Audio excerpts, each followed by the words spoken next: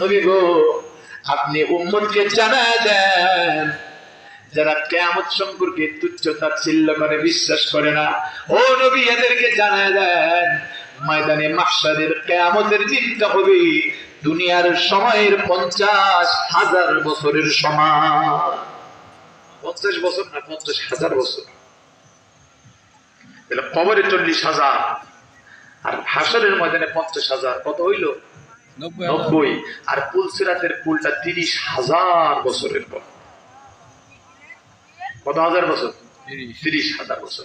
এই মোট 1,20,000 বছর। এরপরে হইল আপনার জান্নাত বলা।